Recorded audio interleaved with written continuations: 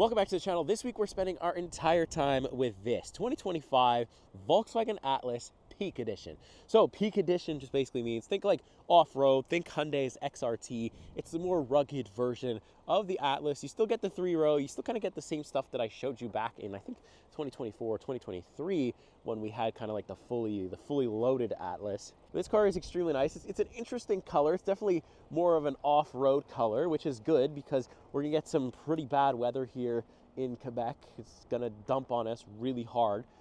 So I'll be able to get some good footage for you guys in the snow, but this is kind of the calm before the storm, I guess, because the sun's out and stuff like that, so you get to see it in its glory, but it won't stay like this. But yeah, you can see we've got like fake exhaust, like fake diffuser in the back, typical kind of like, you know, new age Volkswagen stuff, but I don't hate it. You know what, for what it is, it's plenty of space. It's probably going to do well in the winter, in the crazy snow that we're about to get, so that's going to be pretty fun. And yeah, let's see what we can do with all this space and all this ruggedness of the Volkswagen Atlas. But since it's cold out, let me hop in. I'll give you my first driving impressions. Let's do it. All right, so heading out on the road now, the Volkswagen Atlas Peak Edition, which basically, like I said in the beginning, just means this is the off-road oriented one. The one that's meant for, it just gives me camping vibes. You know, you're somebody that does a lot of camping, maybe a lot of off-roading, maybe a lot of trailing and stuff like that. You're always kind of in the dirt or the mud or the snow or all three at the same time. So, you know, this car is going to be very much for you. And it's got a ton of space. I mean, that is one thing that really impressed me with the Atlas last time. And you know, the design hasn't changed too much. Maybe it looks a bit more rugged. It's got the blacked out rims, you know, which is cool. And on the inside, really, we're almost the same. Although I don't have the captain's chairs now, I have the just the bench, which is still pretty good. But overall, the driving feels very much the same, or at least from what I can tell. I also got like different modes. I've got like sport mode, custom mode. Let's go into sport mode a bit. Here's I'm gonna get on the highway. We'll just see what that does. But yeah, like the handling's been, you know, relatively decent, or what you would expect from a 3-row, you know, SUV of this class. Isn't nothing terrible. Definitely not the most connected thing in the world, but it's not at all what I'm looking for here. The ride quality is actually fairly decent. Again, same thing as, you know, the Atlas that I showed you last year. Very much the same feeling, which was good last year. So again, 2025, we are also going to be fine. Now there is some pumped-in audio. I could definitely hear that. There's no way this engine is making that noise. Acceleration is decent. Let's just see here. Let's get onto the ramp and we'll give it some beams here. Let's go. Past the click point.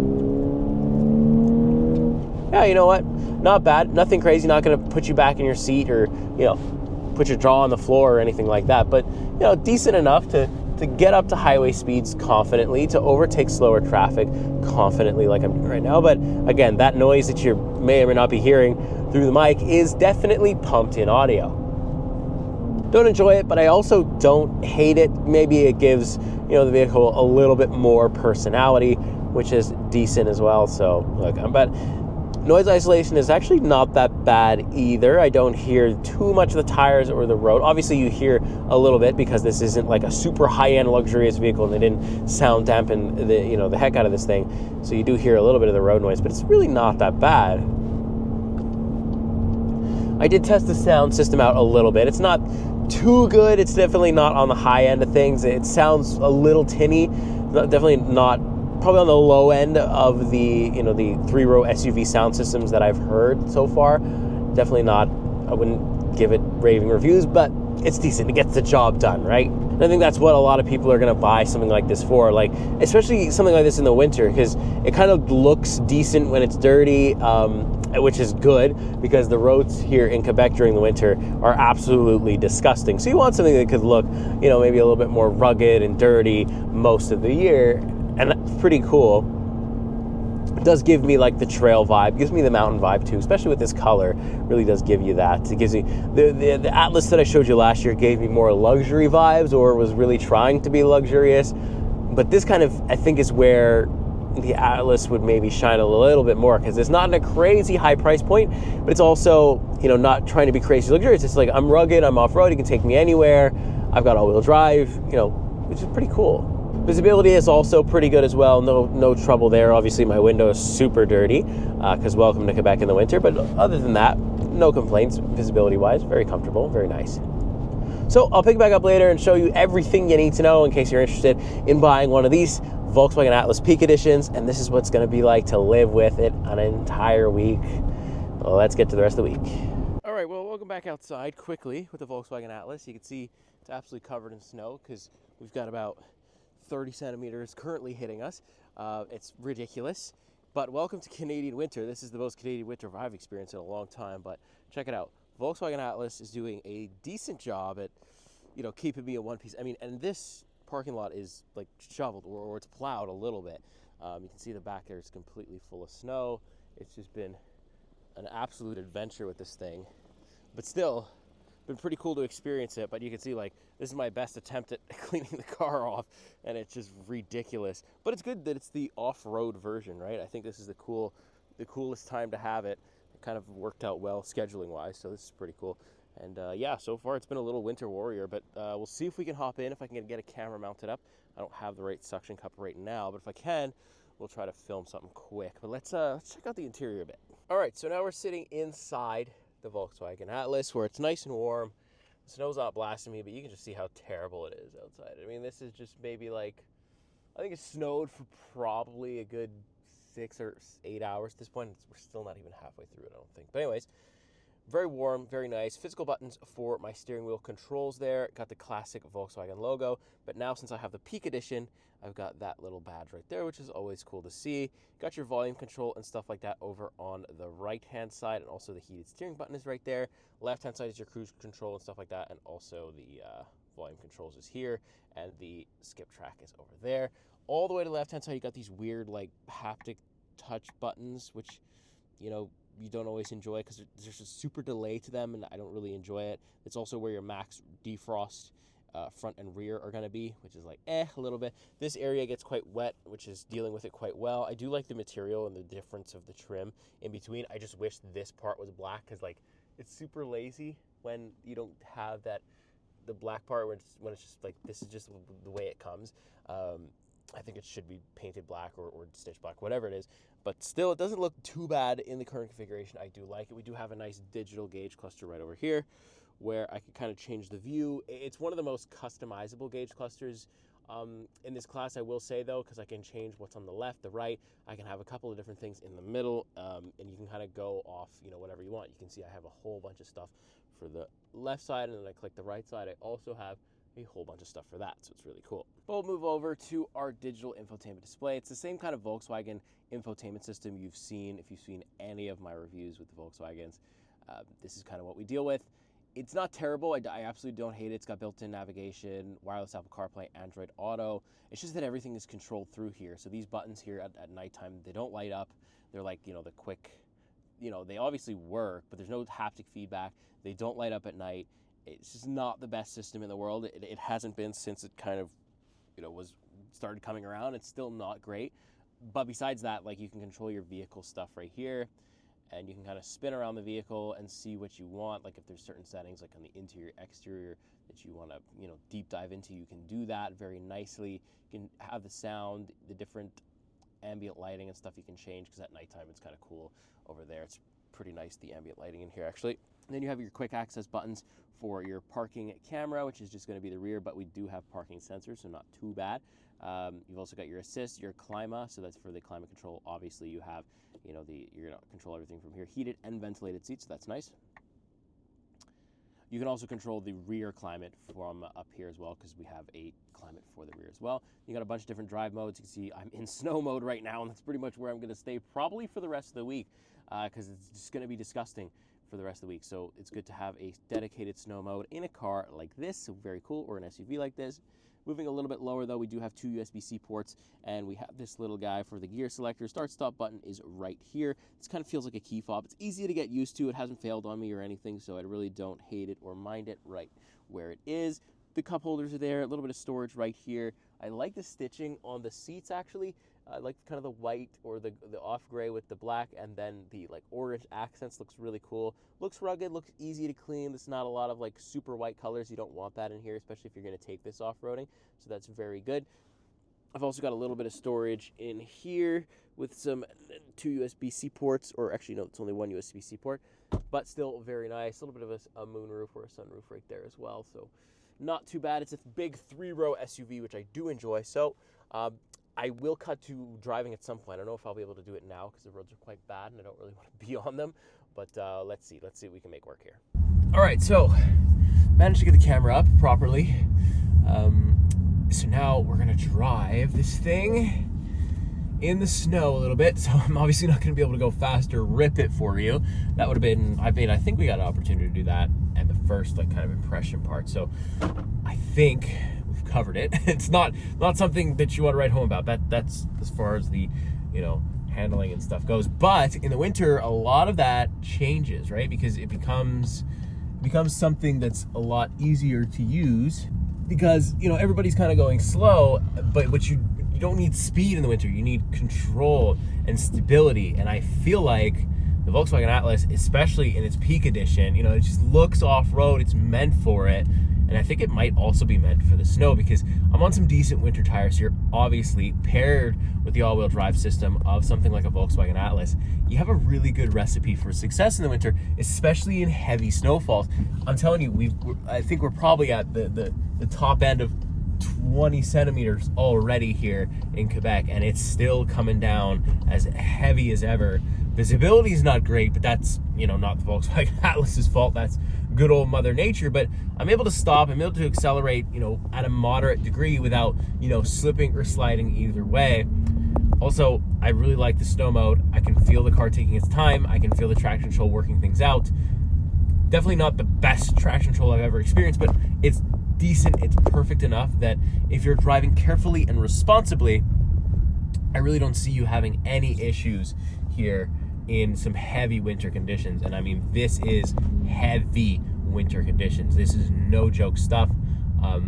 If you mess around too much in these conditions, you will end up stuck or into somebody else, and that's the way it is. So you absolutely need maximum control and maximum stability, and I think I'm getting all of that. And this is the worst of the worst. This is actually the worst weather I've tested a car in a very long time. Dare I say, this is the worst weather I've tested a vehicle in since I started doing car reviews. It's been about 3 years, and we've had a break in terms of winter weather. Like, it has not been that bad, but oh my God, this year has been crazy, and this day has been absolutely insane for snowfall.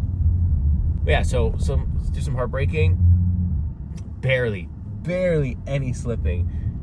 Coming from a stop though, a little bit, you can tell the front was figuring it out, sent a bit of power to the back, and we're off. Now, a front wheel drive car, these conditions, honestly, even with good winter tires, would scare me. I mean, I used to drive in this, or try to drive in this, in my front wheel drive Elantra Sport. I had really good winter tires, and I think it's the only reason I never got stuck, but oh my goodness, was it scary. The Atlas, though, I'm really not scared at all. I'm just rolling through stuff, avoiding snow plows, kind of going into bigger banks a little bit, and just, rolling through it, because it's really no problem. And I think that's really, really good. And I'm so glad that I have a vehicle like this for a condition and a time such as this, because oh my goodness, I would be terrified of a front wheel drive car in these conditions.